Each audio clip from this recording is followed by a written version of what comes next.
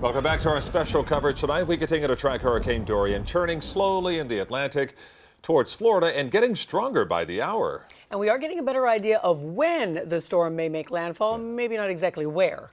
So let's go right to our weather team right now. Our chief certified meteorologist, Betty Davis, and hurricane specialist Brian Norcross, both following Dorian tonight from the Weather Authority Center. Betty. Hey guys, and for the Bahamas, it's going to be on Sunday when Dorian is near or right over the northwest Bahamas. It's going to stay away, as I mentioned earlier, from the southeast and central Bahamas, as it's doing, but it's over that area of water where there's nothing stopping it, it seems, from getting stronger. So it has maximum sustained winds of 125 miles per hour, pressure 950 millibars. Who knows how much more we're going to see that number drop and how much more we're going to see the winds increase, moving west-northwest at 10 miles per hour. Yeah, so this was measured just before 8 p.m. Since then, they've continued to measure, and this hurricane is increasing in intensity. I don't think there's any question about it.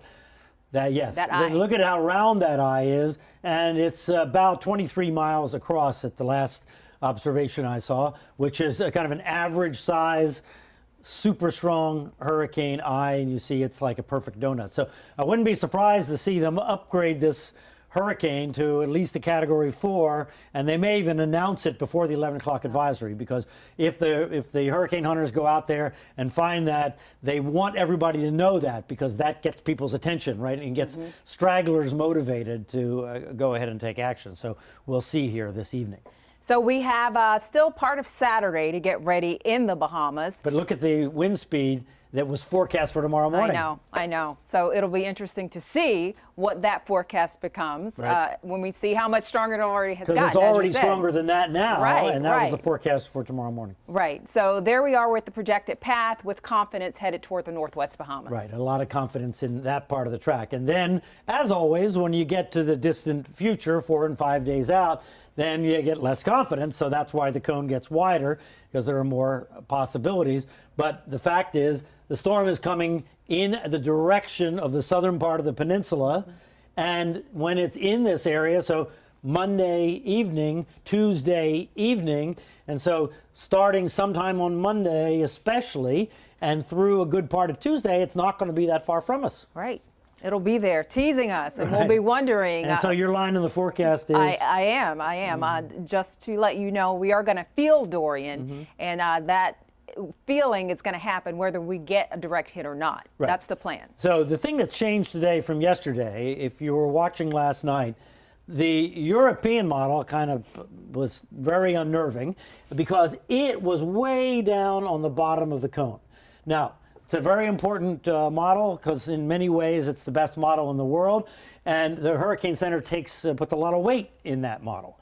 But they did not jump on it and say, oh, we're going to shove the cone way down because of the European model. They waited to see when we gathered more data, put it in the model. Let's see the next day. In other words, let's see today. Let's see how it came out. And it moved back up generally with the other models. And so now we have more confidence that all the models kind of travel in this area here, like in this area like that, somewhere in there, not down here. Now, does that mean it can't change? Of course not.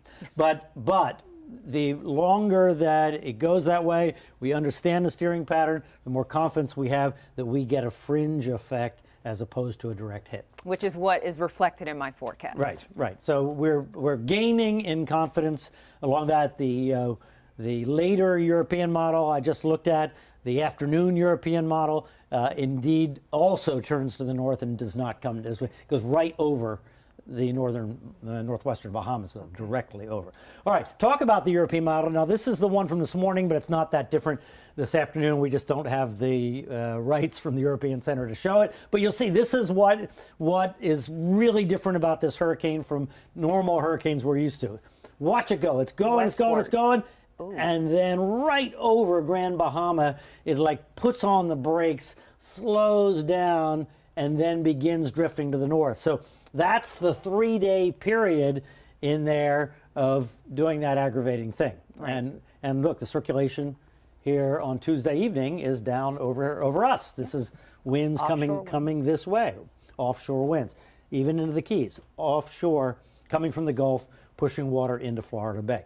Okay, GFS, how does that compare? Coming, slows down. It just ends up a little different place. It ends up here. This is on the Treasure Coast. This is around Fort Pierce, Tuesday evening.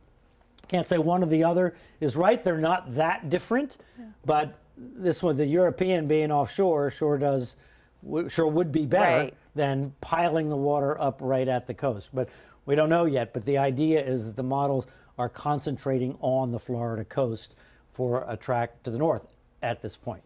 But this is 4 or 5 days out, so obviously that can change. Okay, so there's your cone. That's why the cone looks like this. That's why the center of the cone is right in there, because that's where the consensus of the models are, and again, pulling away from South Florida after Tuesday, but through Tuesday in our vicinity. Right. That's the bottom line. So high pressure steering it along, and then this is what we have. So this is the wind that the National Hurricane Center, the area of wind the National Hurricane Center is predicting. So the yellows are tropical storm force, the oranges are hurricane force gusts, and the reds, which are kind of right under the symbol there, right there, are hurricane force sustained winds. Now, coming forward in time, you can see it kind of moves, hurricane force sustained winds move over the Bahamas. They shrink not because the hurricane force sustained winds are supposed to shrink. It's because the Hurricane Center doesn't forecast them out this far. So they quit forecasting hurricane force winds. They just know we don't have any skill at it. We're not going to try and forecast that. So in any case, it's going to be a circle, something like that. It's going to be, according to their forecast, very, very close to Abaco and Grand Bahama. And you can see if that were to continue straight, we would, get the strong winds here. Right. But of course, it's forecast to turn north. But it's, we're going to get those winds. That's why you got them in the forecast. Yeah, and we'll check out the forecast again coming up here